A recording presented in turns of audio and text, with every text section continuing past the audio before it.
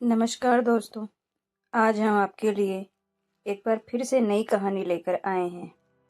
अगर आपको कहानी पसंद आए तो प्लीज़ चैनल को लाइक सब्सक्राइब करना ना भूलें।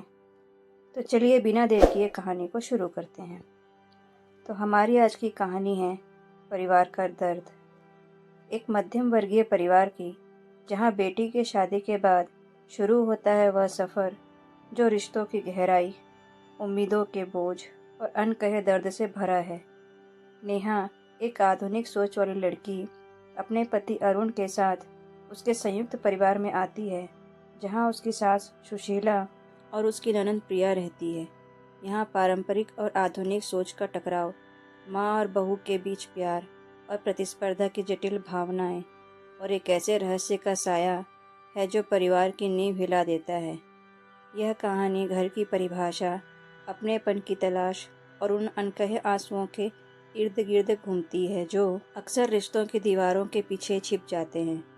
क्या नेहा इस परिवार का हिस्सा बन पाएगी?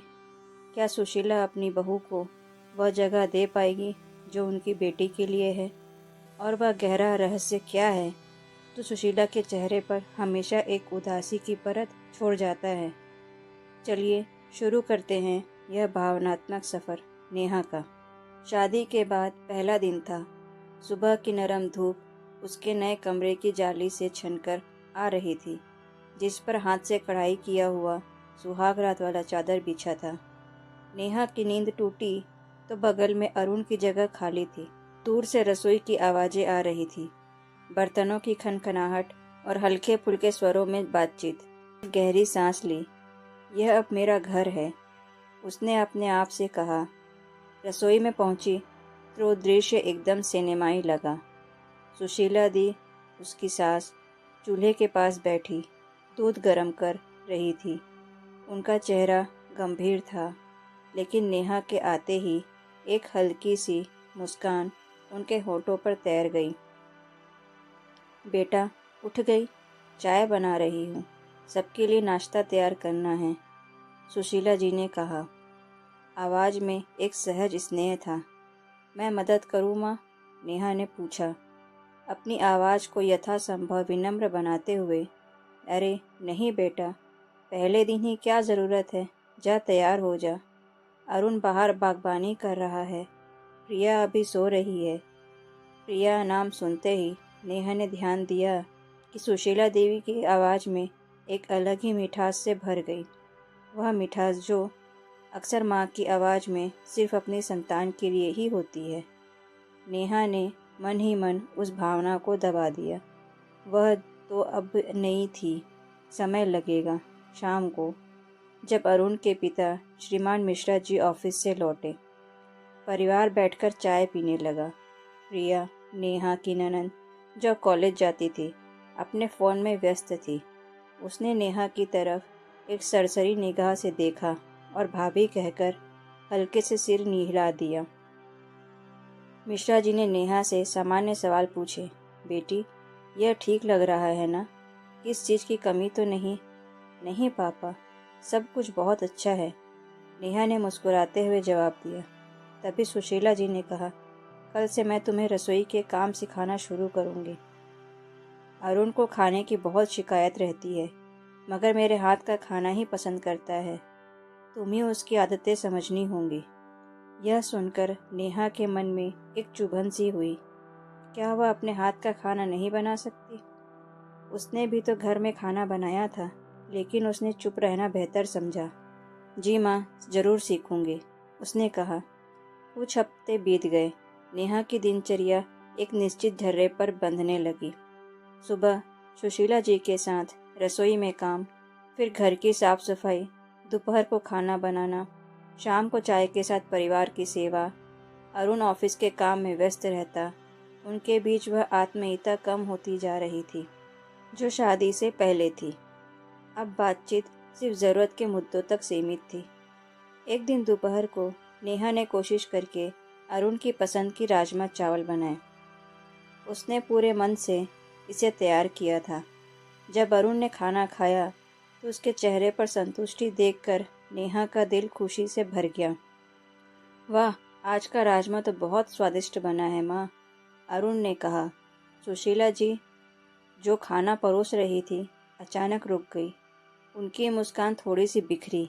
हाँ, अच्छा बना है, नेहा ने बनाया है, उन्होंने संक्षिप्त सा कहा। अच्छा, तो तुम्हारी बहू भी अब हाथ साफ करने लगी है, मिश्रा जी ने प्रशंसा भरे स्वर में कहा। उस शाम नेहा रसोई में बर्तन साफ कर रही थी तो सुशीला जी अंदर आई।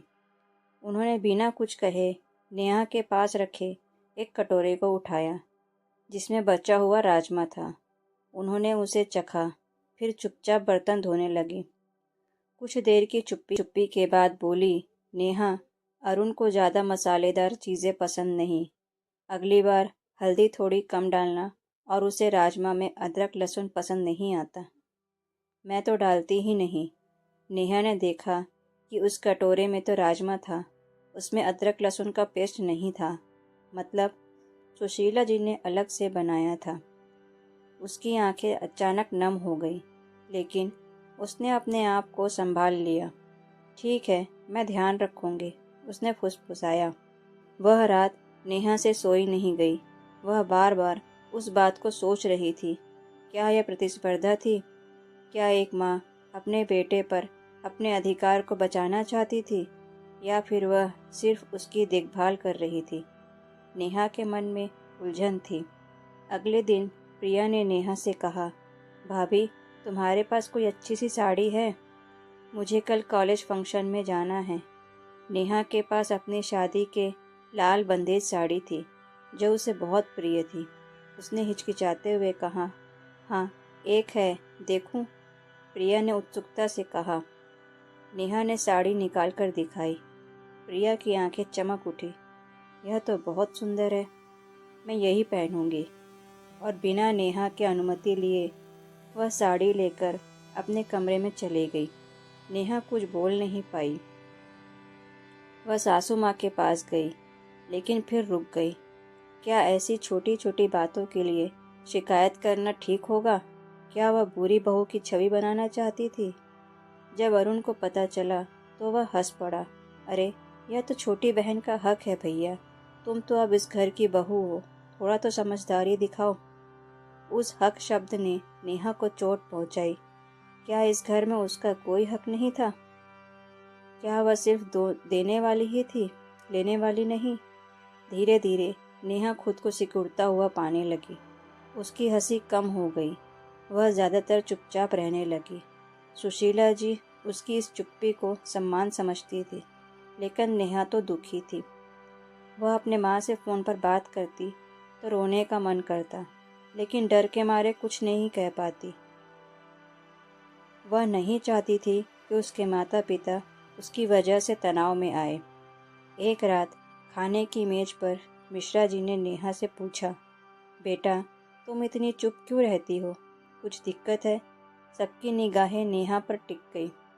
सुशीला जी की आंखों में एक अजीब सी चिंता थी। प्रिया उत्सुकता से देख रही थी। अरुण का चेहरा सामान्य था। नेहा ने गले का गड्ढा निकला।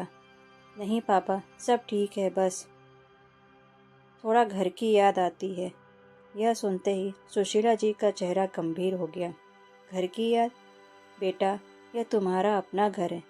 तुम्हें अब अपने मायके और ससुराल का फ़र्क भूल जाना चाहिए। वह वाक्य अपना घर के कानों में गूंजता रहा। क्या वाकई यह उसका अपना घर था, जहाँ उसे हर पल यह याद दिलाया जाए कि यह कैसे रहना है, क्या करना है, क्या नहीं करना है? उस रात नेहा ने अपनी डायरी में लिखा, आज मुझे एहसास हुआ इस घर में मेरा नाम सिर्फ बहू है। नेहा तो कहीं पीछे छूट गई है। क्या कभी मैं वापस आ पाऊंगी? नेहा की डायरी में लिखी उदासी उसके चेहरे पर भी छलकने लगी थी। वह यांत्रिक ढंग से घर के काम करती, बिना किसी उत्साह के। सुशीला जी उसकी इस बदली हुई मन स्थिति को नोटिस कर रही थी, लेकिन उन्होंने इसे नई बहू का घर वापसी का मन करना समझकर नज़रअंदाज कर दिया। एक दिन नेहा अलमारी में चादर तकिए का कवर ढूंढ रही थी तो उसने एक पुरानी मखमली कवर वाला एल्बम देखा। उत्सुकता से उसने एल्बम निकाला। पन्ने पलटे तो पुरानी फीकी पड़ चुकी तस्वीर थी। युवा सुशीला जी, मिश्रा जी और 2 छोटे बच्चे, एक लड़का जो शायद अरुण था और एक लड़की जो प्रिया से मेल नहीं खा रही थी। वह लड़की उम्र में अरुण से बड़ी लग रही थी। नेहा की धड़कनें तेज हो गई। तभी पीछे से आवाज़ आई, क्या ढूंढ रही हो? नेहा चौंक कर मुड़ी। सुशीला जी दरवाजे पर खड़ी थी। उनके चेहरे पर एक अजीब सी तन्हाई थी। उनकी नज़र एल्बम पर पड़ी और उनका रंग एकदम फीका पड़ गया। माँ, मैं कवर ढूंढ रही थी, नेहा ने हकलाते हुए कहा। सुशीला जी चुपचाप अंदर आई और एल्बम उठा लिया। उनकी उंगलियां एक तस्वीर पर रुक गई जिसमें वह युवती 12-13 साल की उम्र में स्कूल यूनिफॉर्म पहने गर्व से मेडल गले में लटकाए खड़ी थी। यह कौन है माँ? नेहा ने झिझकते हुए पूछा। यह एक लंबी खामोशी छा गई। सुशीला जी की आंखों से एक अश्रु बिना आवाज़ किए गिर गया उस पुरानी फ़ोटो पर। उन्हें एल्बम को छाती से लगा लिया जैसे कोई अनमोल चीज़ बचा रही हो। यह मेरी बड़ी बेटी है नेहा, प्रिया नहीं। उसका नाम था प्रीति। वह नाम उनके होंठों पर एक कपकपी भरी आह की तरह निकला। नेहा स्तब्ध रह गई। अरुण ने, प्रिया ने, किसी ने भी कभी प्रीति का नाम तक नहीं लिया था। कहाँ है वो? नेहा ने धीरे से पूछा। सुशीला जी ने आंखें मूंद ली जैसे दर्द को रोक रही हो। वह अब नहीं है बेटा।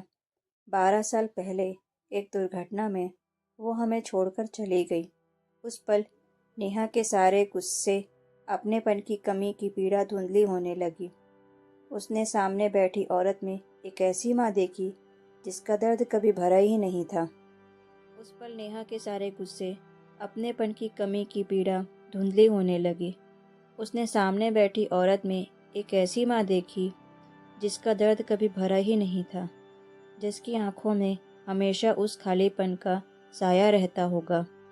क्या इसी दर्द ने सुशीला जी को इतना सख्त, इतना अपने बचे हुए बच्चों पर कब्जा करने वाला बना दिया था?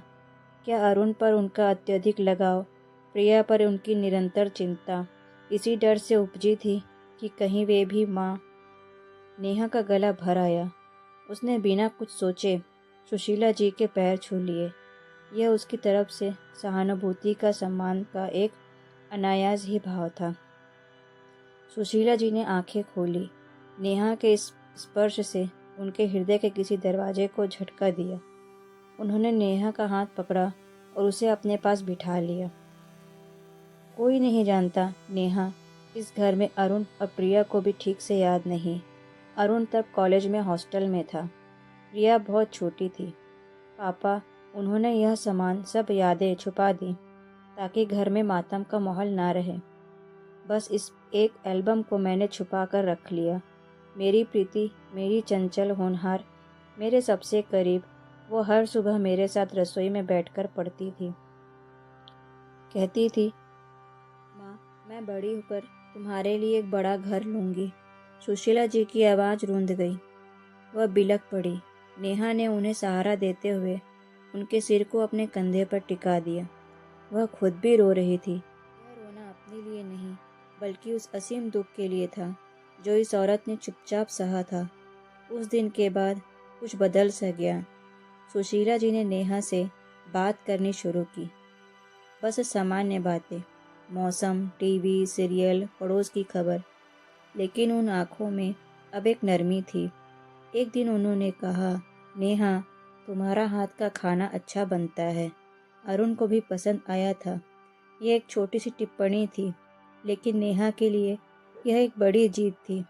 उसने मुस्कुरा कर कहा, आप सिखाएंगी तो और अच्छा बनेगा माँ। दिन आया जब प्रिया ने नेहा की साड़ी पर स्याही गिरा दी। वह डर गई क्योंकि वह जानती थी कि वह साड़ी नेहा को कितनी प्यारी थी। उसने चुपचाप साड़ी को अपनी अलमारी में छुपा दिया। जब नेहा ने ढूंढा तो प्रिया ने झूठ बोला, शायद कपड़े वाले उठा ले गए। नेहा को संदेह हुआ, लेकिन उसने कुछ नहीं कहा। एक दिन सफाई के दौरान उसे वह स्याही वाली साड़ी प्रिया के बिस्तर के नीचे मिल गई। उसका दिल टूट गया, सिर्फ साड़ी के लिए नहीं, बल्कि इस झूठ और छिपाने की प्रवृत्ति के लिए। उसने साड़ी ले ली और चुपचाप उसे धोने लगी। प्रिया ने देख लिया, उसका चेहरा लाल हो गया। भाभी, मुझे माफ़ कर दो, मैं डर गई थी। नेहा ने उसकी तरफ देखा। उस प्रिया के चेहरे पर अपराध बोध था। नेहा ने गहरी सांस ली। प्रिया, एक साड़ी के लिए झूठ बोलना ठीक नहीं है। अगर तुमने गलती से गिरा दिया था तो सीधे मुझे बता सकती थी। मैं तुम्हारी भाभी हूँ, दुश्मन नहीं। यह सुनकर प्रिया की आंखें भर आई। सब कहते हैं कि भाभी के आने के बाद बहनों की अहमियत घट जाती है। मुझे डर लगता था कि तुम मुझसे नाराज़ हो जाओगी और भैया से शिकायत करोगी। नेहा ने उसे गले लगा लिया। तुम हमेशा इस घर की बेटी रहोगी प्रिया, और मैं तुम्हारी भाभी। हम दोनों मिलकर इस घर को संभालेंगे। यह पहला मौका था जब दोनों के बीच की दूरी पटी थी, लेकिन अरुण अभी भी दूर था। वह नेहा की भावनाओं को नहीं समझ पा रहा था। एक शाम नेहा ने उससे कहा, अरुण, तुम मुझसे अपने साथ बाहर घुमाने भी ले चलो, बस ऐसे ही चाय पीने। अरुण ने फ़ोन में आंखें गड़ाए हुए कहा, अभी ऑफिस का प्रोजेक्ट चल रहा है ना, फिर कभी साथ ले चलूँगा। तुम्हें समझना चाहिए। मैं समझती हूँ अरुण, लेकिन क्या तुम समझोगे कि मैं इस घर में दिन भर क्या महसूस करती हूँ? नेहा की आवाज़ में एक तीव्रता आ गई जो पहले कभी नहीं आई थी। अरुण ने आश्चर्य से देखा। मतलब, क्या कमी है? यहाँ माँ तुम्हारी देखभाल नहीं करती? प्रिया ने कुछ कहा।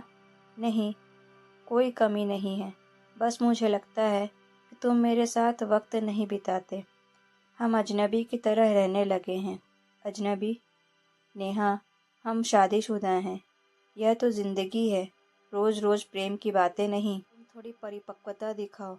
उस परिपक्वता शब्द ने नेहा को चोट पहुंचाई। अपनी भावनाएं व्यक्त करना अपरिपक्वता थी। वह चुप हो गई। उस रात वह फिर से अकेलापन महसूस कर रही थी। सुशीला जी ने उसकी उदासी भांप ली। रसोई में चाय बनाते हुए उन्होंने कहा, अरुण, बचपन से ही ऐसा है बेटा, भावनाएं ज़्यादा जाहिर नहीं करता। उसके पिता ने हमेशा उसे सिखाया कि मर्द को कठोर रहना चाहिए। उस पर दबाव बहुत है। तुम थोड़ा समय दो उसे। लेकिन माँ, क्या शादी सिर्फ समय देने के लिए होती है?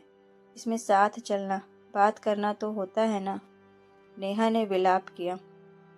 सुशीला देवी ने उसकी ओर देखा। उनकी आंखों में एक गहरी समझ थी। होता है बेटा, बिल्कुल होता है। मैं अरुण से बात करूंगी। अगले दिन सुशीला जी ने अरुण को अकेले में लिया। बेटा, नेहा तुमसे बहुत प्यार करती है। वह तुम्हारा ध्यान चाहती है, बस इतना ही। तुम उसकी तरफ थोड़ा ध्यान दो। वह पराए घर से आई है, तुम ही उसका सहारा हो। अरुण ने हैरानी से कहा। माँ, मैं तो ठीक हूँ। वो क्या नाराज़ है? नाराज़ नहीं है बेटा, वो तड़प रही है, एक पत्नी की तड़प। मैं समझ सकती हूँ। सुशीला जी की आवाज़ में एक दर्द था, शायद अपने जीवन के किसी पन का। शायद माँ की बात ने अरुण को झंझोरा। उस शाम वह जल्दी ऑफिस से लौटा और नेहा से कहा, चलो आज बाहर चाय पीने चलते हैं। नेहा की आंखों में चमक आ गई। वह छोटी सी डेट, एक साधारण कैफे में बिताई गई शाम ने बहुत कुछ से सुलझा दिया। बातें नहीं हुई ज़्यादा, लेकिन एक साथ बैठकर चुप्पी साझा करने में एक नई शुरुआत का एहसास हुआ। लेकिन तभी एक नया तूफान आने वाला था। मिश्रा जी की तबीयत अचानक खराब हो गई। डॉक्टर ने बताया कि उन्हें हार्ट अटैक की समस्या है और एक बाईपास सर्जरी करानी होगी। पूरे घर में हड़कंप मच गया। चिकित्सा व्यय का भार, भविष्य की चिंता और सबसे बढ़कर पिता के स्वास्थ्य का डर। ऐसे संकट में नेहा वह खड़ी रही जिसकी किसी ने कल्पना भी नहीं की थी। उसने अपने मायके से बिना पूछे अपने गहने, उसकी निजी संपत्ति थे, बेचकर पैसे जुटाए। उसने रात रात भर जागकर हॉस्पिटल में मिश्रा जी और सुशीला जी की सेवा की। वह घर का खाना बनाकर ले जाती, प्रिया को समझाती और अरुण को मानसिक समर्थन देती। एक रात हॉस्पिटल के कॉरिडोर में सुशीला जी ने नेहा के हाथ पकड़े। उनकी आंखों में आंसू थे, लेकिन इस बार दुख के नहीं, कृतज्ञता के। तेरी माँ ने तुझे आज बहुत अच्छा संस्कार दिया है बेटा। आज मैं कह सकती हूँ तू मेरी बेटी है, मेरी दूसरी बेटी। उस पल नेहा के सारे संघर्ष, सारे दुख धूल से हो गए। उसे वह अपनापन मिल गया था जिससे वह तड़प रही थी। यह खून का रिश्ता नहीं, बल्कि मन के रिश्ते की जीत थी। मिश्रा जी की सर्जरी सफल रही। घर लौटने पर एक शाम पूरा परिवार एक साथ बैठा था। मिश्रा जी ने नेहा को अपने पास बुलाया। बेटी, तुमने मेरी जान बचाई है, न सिर्फ पैसों से, बल्कि तुम्हारी सेवा और स्नेह से। आज से यह घर पूरी तरह तुम्हारा है।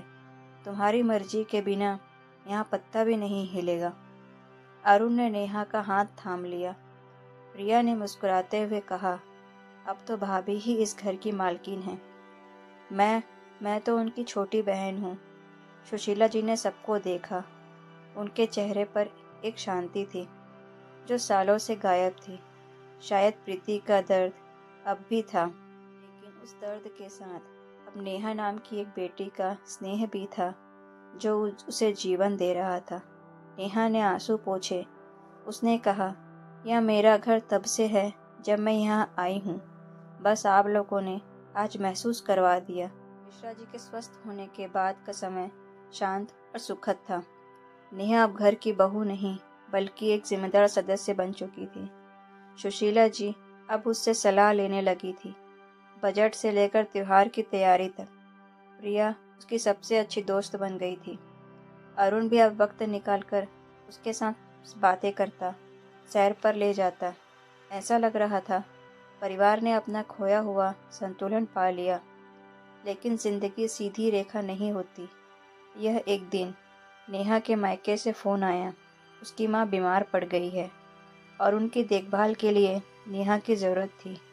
नेहा फिक्र में पड़ गई। एक तरफ अपनी माँ की सेवा का कर्तव्य, दूसरी तरफ अपने नए बने ससुराल के प्रति जिम्मेदारी। उसने हिचकिचाते हुए सुशीला जी से बात की। माँ, मेरी अम्मा वो बीमार है, मैं कुछ दिनों के लिए मायके जाना चाहूँगी। सुशीला जी के चेहरे पर एक पल के लिए छाया दौड़ गई। वह डर गई। क्या उन्हें लगा कि नेहा चली जाएगी और फिर वापस नहीं आएगी, या फिर वह उनकी मदद के बिना घर संभालने की चिंता में थी। लेकिन फिर उन्होंने खुद को संभाला। बिल्कुल जाओ बेटा, तेरी माँ का हक बनता है। कितने दिन जाओगे? क्या हम कुछ मदद कर सकते हैं? नेहा को राहत मिली। शायद 1-2 हफ्ते माँ, देखते हैं। अरुण ने भी पूरा समर्थन दिया। तुम जाओ नेहा, यहाँ की फिक्र मत करो, मैं सब संभाल लूँगा। नेहा मायके चली गई। पहले कुछ दिन तो सब ठीक रहा। वह फ़ोन पर बात करती, घर की खबर लेती, लेकिन धीरे धीरे फ़ोन कॉल कम होने लगे। अरुण व्यस्त रहने लगा। सुशीला जी की आवाज़ में थकान थी। नेहा को लगने लगा कि शायद उनके बिना घर का काम बोझ बन गया है। 2 हफ्ते बीत गए। नेहा की माँ ठीक हो गई, लेकिन नेहा वापसी की तारीख टालती रही। एक गहरा डर उसे खाए जा रहा था। क्या वापस जाकर वह फिर से पुरानी दिनचर्या में फंस जाएगी? क्या सब कुछ वैसा ही रहेगा? उसके मन में संदेह के बीज उग आए थे।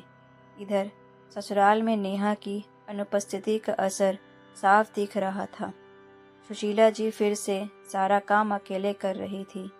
थकान और तनाव से उनका पूरा जोड़ों का दर्द उभर आया। प्रिया कॉलेज और घर के बीच दौड़ रही थी।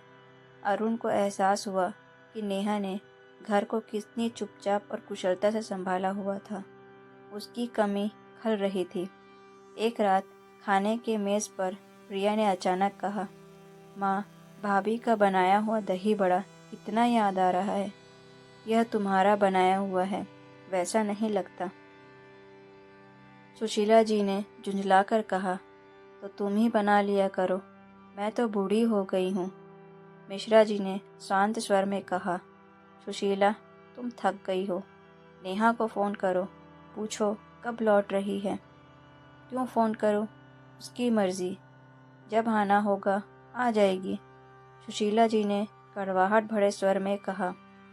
भीतर ही भीतर वह नेहा से नाराज़ थी। लग रहा था कि नेहा ने उन्हें छोड़ दिया है, जैसे प्रीति ने छोड़ दिया था। यह डर तर्क से परे था, एक गहरे मनोवैज्ञानिक घाव से उपजा था। अरुण ने यह बातचीत सुनी। उसे एहसास हुआ कि समस्या गहरी है। उसने अगले दिन नेहा को फ़ोन किया। नेहा, सब ठीक है? तुम्हारी माँ कैसी है? सब ठीक है अरुण, अम्मा ठीक हो गई हैं, नेहा ने कहा। उसकी आवाज़ में एक अनजानी ठंडक थी। तो तुम कब लौट रही हो? यहाँ सब तुम्हारा इंतज़ार कर रहे हैं। माँ को दर्द हो रहा है, प्रिया पढ़ाई में पीछे हो रही है। यह सुनकर नेहा का गुस्सा फूट पड़ा। तो मैं यहाँ नौकरानी हूँ क्या अरुण? जब काम पड़े तो याद आऊँ। मैंने 2 हफ्ते से ज़्यादा अपनी माँ की सेवा की है। क्या इतना ही गुनाह है? मैंने ऐसा नहीं कहा नेहा। मैं तो बस क्या, तुम्हें और तुम्हारे परिवार को सिर्फ अपनी सुविधा चाहिए। मेरी भावनाएं, मेरा अपनापन सब झूठा था लगता है। फ़ोन कट गया। अरुण स्तब्ध रह गया। उसे लगा जैसे उसने सब कुछ बर्बाद कर दिया। उसने सुशीला जी को सारी बात बताई। सुशीला जी पहले तो चुप रही, फिर बोली, शायद हम सब ने उसे अपनापन दिखाया, लेकिन महसूस नहीं कराया। हमने उससे काम कर लिया, पर उसे यह एहसास नहीं दिलाया कि वह हमारे लिए कितनी खास है। यह कबूल करना सुशीला जी के लिए आसान नहीं था। उन्होंने फैसला किया कि वह खुद नेहा से बात करेगी। उन्होंने फ़ोन किया, मैंने कनेक्ट नहीं किया। सुशीला देवी का दिल टूट गया। उन्होंने एक मैसेज लिखा, बेटी नेहा, मुझसे गलती हुई। मैं एक डरी हुई माँ हूँ जिसने एक बेटी खोई है। मैंने तुम्हें भी उसी डर से जकड़ने की कोशिश की, लेकिन तुम प्रीति नहीं हो। तुम मेरी नेहा हो और तुम्हारी अपनी जगह है जो कोई नहीं ले सकता। हम सब तुम्हारे बिना अधूरे हैं। कृपया लौट आओ। तुम्हारी माँ। यह मैसेज पढ़कर नेहा की आंखों से आंसू की बाढ़ आ गई। यह वह शब्द थे जिनकी उसे तलाश थी। तुम्हारी अपनी जगह। उसकी माँ ने पूछा, क्या हुआ बेटा? नेहा ने सब कुछ बता दिया, अपना अकेलापन, संघर्ष, अब यह मैसेज। उसकी माँ ने समझदारी से कहा, बेटी, रिश्तों में दूरी और पास होते रहते हैं। तुम्हारी सास ने अपना दिल खोल दिया है। अब तुम्हारी बारी है। जाओ, अपने घर लौट जाओ। यहाँ से तुम्हारा प्यार कम नहीं होगा और वहाँ जाकर तुम एक नया प्यार पाओगी। नेहा वापस लौट आई। स्टेशन पर उसे लेने पूरा परिवार आया था। सुशीला जी ने उसे गले से लगा लिया, बिना कुछ कहे। उस गले लगन में सब कुछ कह दिया गया। उस शाम परिवार ने एक महत्वपूर्ण फैसला लिया। मिश्रा जी ने कहा, आज से नेहा को अभी अपनी पसंद का काम करने की आज़ादी होगी। अगर वह नौकरी करना चाहे या कोई क्लास ज्वाइन करना चाहे, हम सब उसका समर्थन करेंगे। अरुण ने नेहा का हाथ थामते हुए कहा, मैं भी के घर के कामों में हाथ बटाऊंगा।